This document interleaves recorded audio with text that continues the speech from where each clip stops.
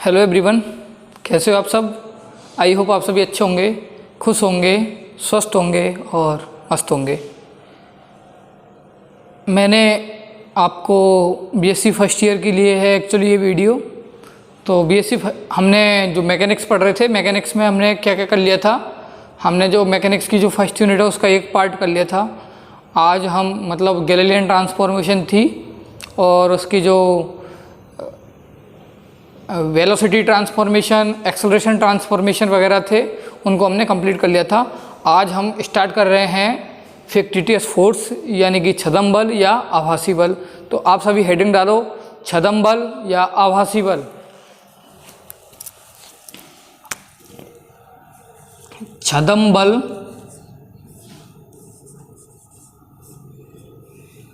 या आभासी बल।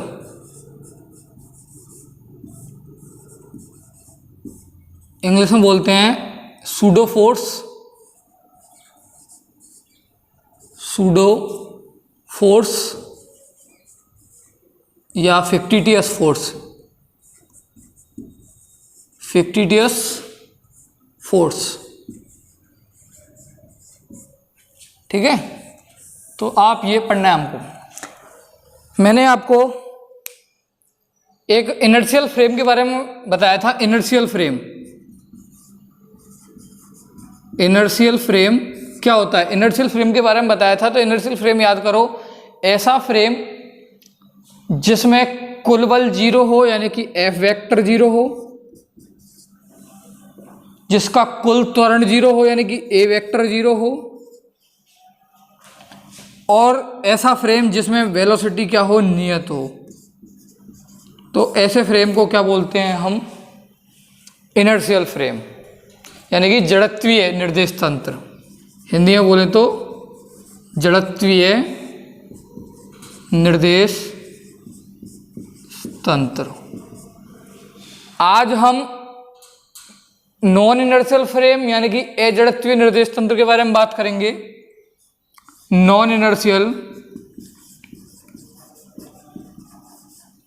फ्रेम,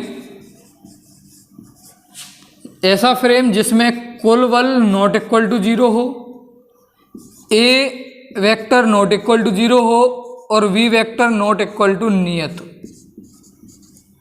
तो ऐसा फ्रेम जिसमें कुल बल जीरो नहीं हो, ए वेक्टर जीरो नहीं हो यानी कि वी वेक्टर नियत नहीं हो, ऐसे फ्रेम को बोलते हैं नॉन इनर्शियल फ्रेम। तो माना, तो इस वाले फ्रेम के बारे में हम चर्चा करेंगे। ठीक है, तो आप लिखिए मेरे साथ कि माना कोई इनर्शियल, माना कोई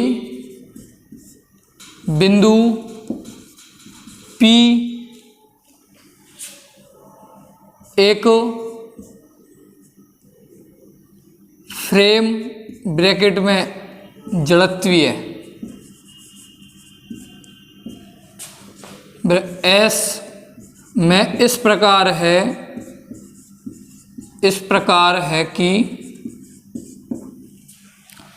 कण पर कुल बाह्य बल जीरो है, कि कण पर कुल बाह्य बल शून्य है। कण पर कुल बाह्य बल क्या है, शून्य है। कौन सा फ्रेम, एस। एक अन्य फ्रेम जब कुल बाह्य बल क्या है, शून्य है, तो कण का कुल त्वरण भी शून्य होगा। एक एस फ्रेम है क्योंकि जड़त्वीय फ्रेम की परिभाषा ये है, तो उसका कुल त्वरण भी क्या होगा, कण का शून्य होगा, क्योंकि कण पर कुल बाह्य बल क्या है, जीरो है। एक अन्य फ्रेम एस डैश, एक अन्य फ्रेम मान रहे हैं जो कि क्या है, एस डैश। एस डैश क्या है, अजड़त्वीय। अब मैंने इसको अजड़त्वीय बोल दिया तो इसका मतलब इसमें अजड़त्वीय की प्रॉपर्टी होंगी। तो एक अन्य फ्रेम एस डैश जो कि ए नॉट वेक्टर त्वरण से गति कर रहा है। एक अन्य एस डैश फ्रेम है जो कि ए नॉट त्वरण, अब हम क्या बात कर रहे हैं, ए नॉट त्वरण से गति कर रहा है, यानी कि उसका जो वेग है एस डैश फ्रेम का क्या है, नियत नहीं है। अगर वेग नियत नहीं है तो वहां पे त्वरण होगा, और वो त्वरण कितना है उसका, ए नॉट है। तो इस एस डैश फ्रेम में कोई कण P पर लगने, P पर प्रतीत होने वाला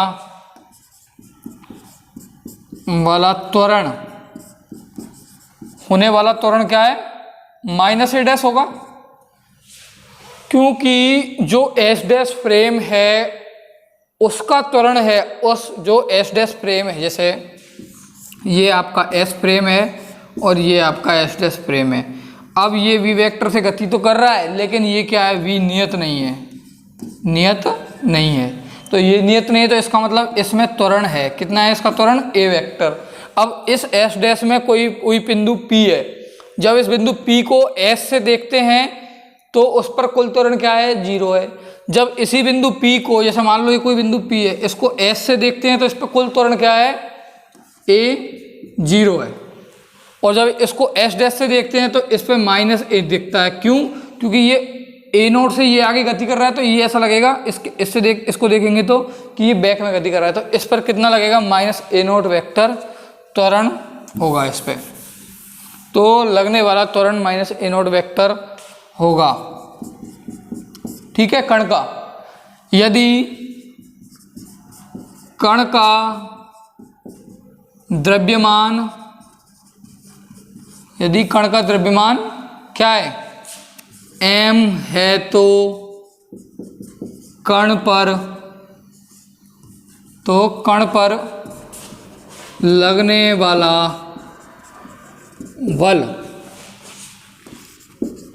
पर लगने वाला बल क्या होगा, F वेक्टर बराबर -m A नोट वेक्टर, यही होगा, क्योंकि A नोट उसका त्वरण है, F बराबर m याद है, m उसका द्रव्यमान A, तो ये उसका त्वरण बल होगा। इसी बल को क्या बोलते हैं, आवासी या फिक्टिटियस फोर्स। इसी बल को आभासी या छद्म बल कहते हैं। समझ में आई बात, इसी बल को आवासी या छद्म बल कहते हैं। इसमें इम्पोर्टेंट क्या याद रखना है आपको, इम्पोर्टेंट ये है कि जो आवासीय छद्म बल हैं सदैव नॉन इनर्शियल फ्रेम पर लगेंगे। कौन से पे, कभी भी इनर्शियल फ्रेम पर आवासीय बल नहीं लगेगा, यानी कि ऐसा फ्रेम जिसका वी वेक्टर नियत हो तो उस पर छद्म बल नहीं लगेंगे। उस छद्म बल सदैव उन्हीं पर लगेंगे जिनका वी वेक्टर नियत नहीं है, अर्थात फ्रेम कैसा है, अजड़त्वीय। तो इस बात को नोट लगा के लिख लो, नोट, छद्म बल सदैव नॉन इनर्शियल, हिंदी में लिखें तो अजड़त्वीय निर्देश तंत्र पर ही कार्य करते हैं, ठीक है। तो ये छद्म बल की परिभाषा हुई, आपको पूछ ले एग्जाम में तो ये सब कुछ छाप देना है, ठीक है। ये इसको अच्छे से नोट कर लेना, स्क्रीनशॉट लेना, स्क्रीनशॉट ले लो। अब हम इस छद्म बल के ऊपर जो इसकी आगे की प्रक्रिया है उसको हम लिखेंगे। तो आप पहले फटाफट इसका स्क्रीनशॉट लो।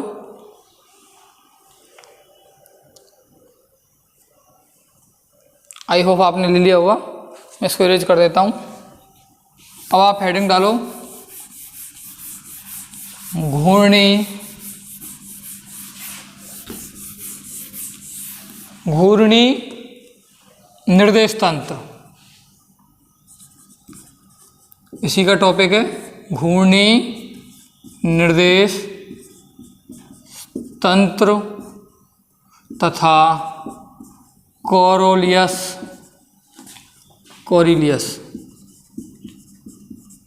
बल, कोरिलियस बल, ठीक है। घूर्णी निर्देश तंत्र तथा कोरिलियस बल, rotational frame and Coriolis force, rotational frame and Coriolis force लिख लेना। अब देखो मैं बात कर रहा हूं आपसे क्या, नॉन इनर्शियल फ्रेम।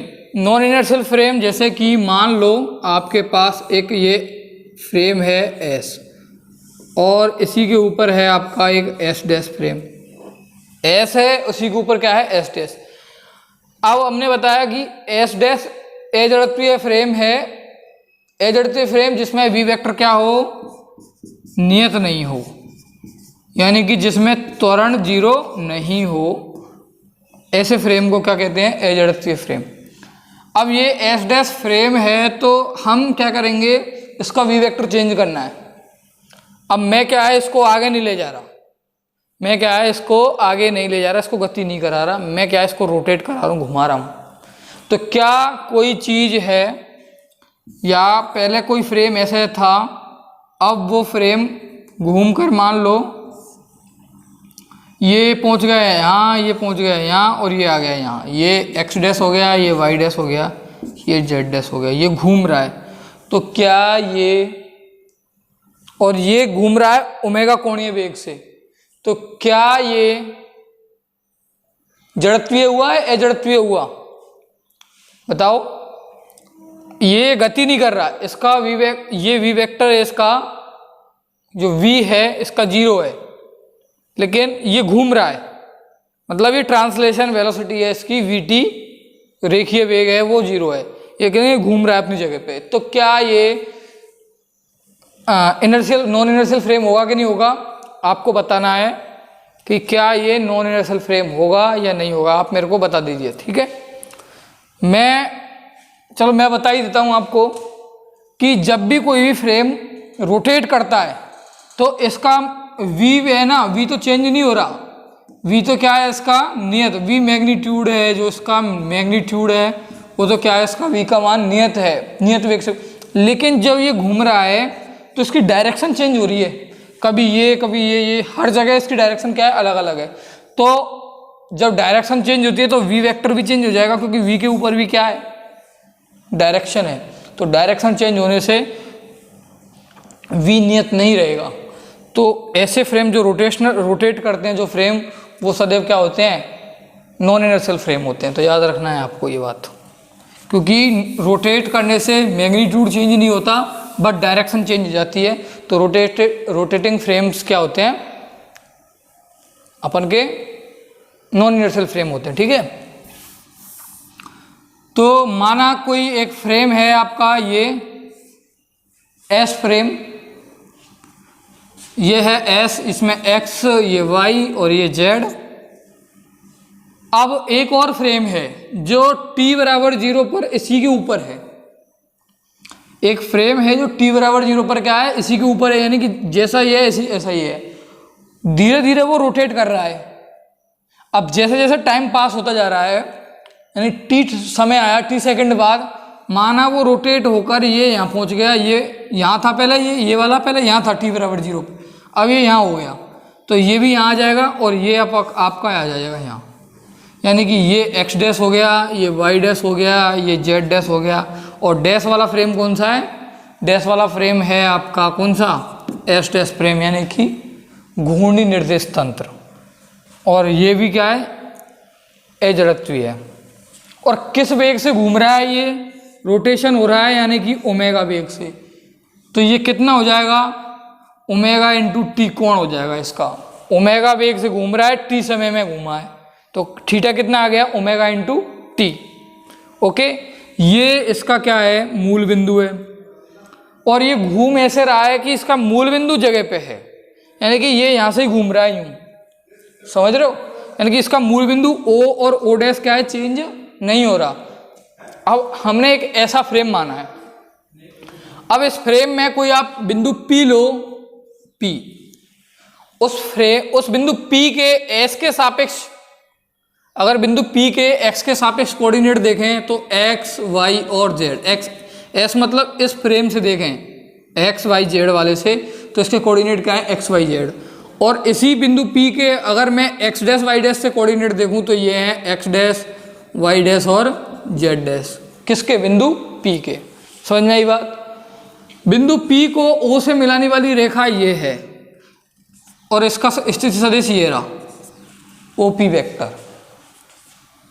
ठीक है, जो ये बात मैंने बोली है उसको लिख लेना अपनी लैंग्वेज में कि माना कोई निर्देश तंत्र S x y z है तथा एक अन्य निर्देश तंत्र S dash x dash y dash और z डैश है। t बराबर 0 पर दोनों ही फ्रेम या दोनों ही निर्देश तंत्र क्या हैं, समपाती हैं। लेकिन S डैश फ्रेम ओमेगा कोणीय वेग से बिंदु O के सापेक्ष घूर्णन गति कर रहा है, अतः समय t पश्चात S डैश में घूर्णन कोण थीटा बराबर ओमेगा इंटू टी होगा। और इसको डायग्राम को बना देना। तथा S और S डैश में कोई बिंदु P इस प्रकार है कि बिंदु P के S के सापेक्ष कोऑर्डिनेट x y z और S डैश के सापेक्ष coordinate x dash y dash z dash है। तो O को P से मिलाने वाला स्थिति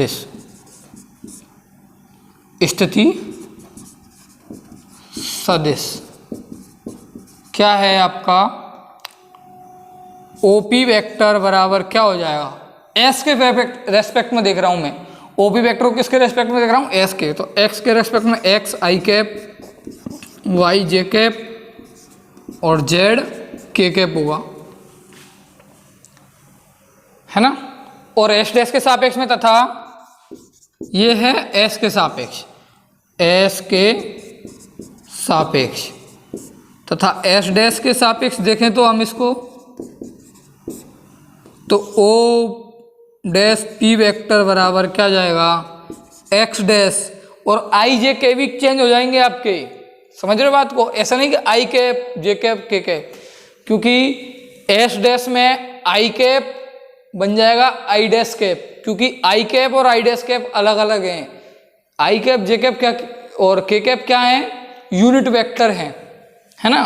तो ये भी चेंज हो जाएंगे। तो X dash I dash cap, Y dash J dash cap और Z dash K dash cap. I dash J dash K ये क्या है, सब यूनिट वेक्टर हैं, किसमें, S डैश फ्रेम में। ठीक है, along X dash Y dash Z dash के अलोंग, X डैश के अलोंग S डैश फ्रेम में, X डैश एक्सिस के अलोंग S डैश फ्रेम में यूनिट वेक्टर कौन है, I dash cap. Y dash के अलोंग S डैश फ्रेम में unit vector J dash cap. Z dash के axis के अलोंग S डैश फ्रेम में K डैश कैप। तो ये आ गया। अब देखो, आप O से P की दूरी मेजर करो या O डैश से P की मेजर करो, बात तो एक ही है, क्योंकि बिंदु O चेंज नहीं हो रहा। देखो, परंतु बिंदु P की स्थिति क्या है, नियत है। बिंदु P क्या है, स्थिति निर्देश है। इसका मतलब OP वेक्टर बराबर O डैश P वेक्टर, यानी कि R वेक्टर बराबर, यानी कि X dash I dash cap, Y dash J dash cap और Z dash K dash cap. तो ये जो समीकरण है, तो ये रोटेटिंग फ्रेम के लिए, घूर्णी निर्देश तंत्र के लिए स्थिति रूपांतरण समीकरण है। ये क्या है, घूर्णी निर्देश तंत्र के